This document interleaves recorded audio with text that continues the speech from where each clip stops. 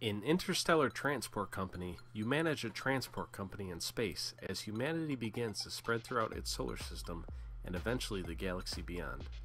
You must manage a profitable company in order to continue to grow your business and beat out the competition.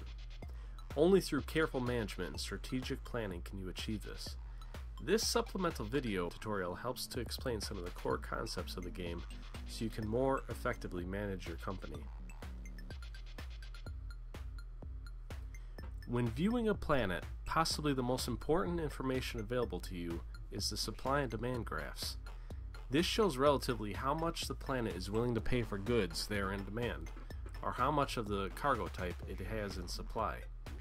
You, of course, want to pick up cargo and passengers from planets with high supply and deliver them to planets with the highest demand to make the most money possible. In the graph, any bar above zero is a demand. Any bar below zero is a supply. Keep in mind, this graph scales for better viewability, so hovering over the bars can sometimes be helpful here. You can view even more data regarding each cargo type in the table below the graph.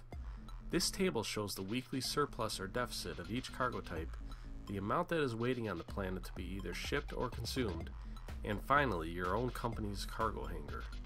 These values are important when you are strategizing your routes and deciding how big of ships you need.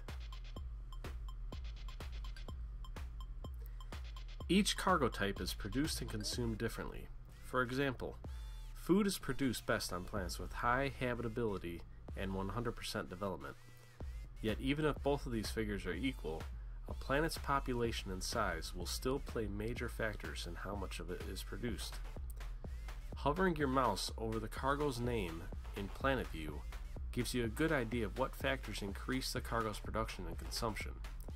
Food, water, raw materials, and consumer goods require no surface buildings for production. However, rare resources and dilithium crystals both require special mines, whereas machinery and dilithium fuel require special factories to be produced. Again, this information is also in the tooltips. One rule to keep in mind is that all cargo production on a planet is modified by the development level of that planet. So for example, even with 100% rare resource availability and a rare resource mine built on a planet, if the planet has less than 100% development, it will not be producing rare resources at its full capacity.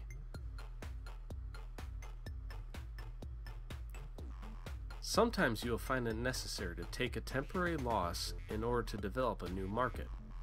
When new colonies are founded on planets and moons, they will start life with very low populations and very low development levels, meaning that they basically produce nothing.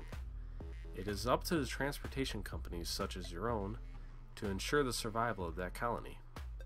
New colonies will demand food, water, machinery, and colonists.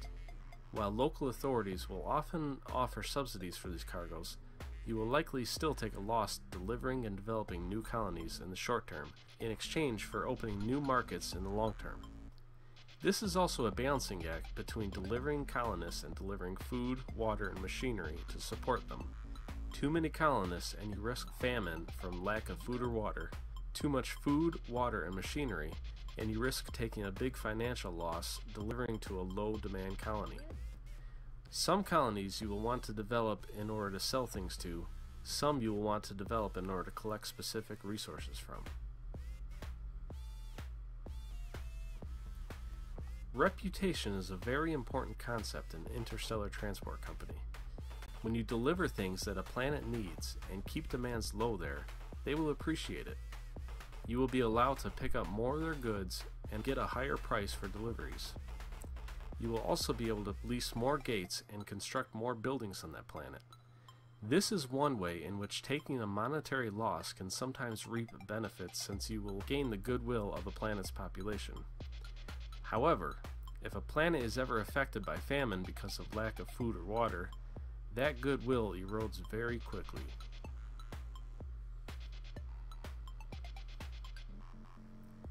All ships deteriorate over time and periodically should be maintained to prevent breakdowns mid-flight. There are two important values in regards to maintenance and repairs. The first is disrepair. Through normal use, a ship will gather disrepair. The amount of disrepair a ship has directly influences how likely it is to break down during a journey. When a ship lands at a planet with an available maintenance hangar, it will automatically begin maintenance, which will remove this disrepair.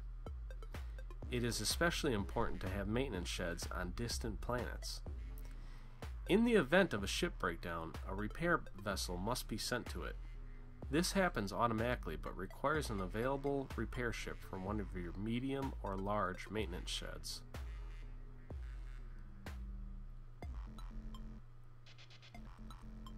Breaking down is not the only peril of space travel.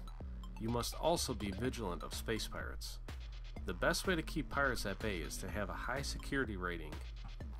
Low development planets contribute to a security's lawlessness, whereas developed planets and security stations on planets contribute to its security. Security stations protect an area around the planet it's on and also contribute to the total system security rating.